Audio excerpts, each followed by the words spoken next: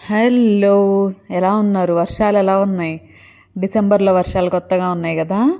So, మనం ఏం చేద్దామంటే ఈరోజు చిక్కుడుకాయలు ఈ సీజన్‌లో బాగా దొరికే చిక్కుడుకాయలతోటి వంకాయ వేసి కొత్తిమీర కారం ట్రై చేసేద్దాం కదా! నేను ఫస్ట్ టైం చేశాను ఇది. కానీ సూపర్‌గా ఉంది. ఎంతో కమ్మగా ఉందనమాట. ప్రాసెస్ ఏమో చాలా చాలా సింపుల్. ముందు కడాయిలో పోపు వేసేసుకొని ఉల్లిపాయలు, తరిగి పెట్టుకున్న వంకాయలు యాడ్ చేసేసాను. మంచిగా కలిపి ఉప్పు, పసుపు వేసి మగ్గించేసాననమాట. ఓకేనా. అదే టైంలో నేను చిక్కుడుకాయలను ఒలిసి వాటిని కొంచెం ఉడికించి పెట్టుకున్నాను. ఓకే.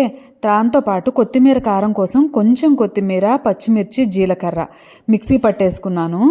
సో, ఉడికిన చిక్కుడుకాయలని వంకాయలతో పాటు యాడ్ చేసి ఈ కొత్తిమీర కారం వేసుకుంటే సూపర్! సూపర్ అంటే సూపర్. నచ్చిందా? సబ్స్క్రైబ్.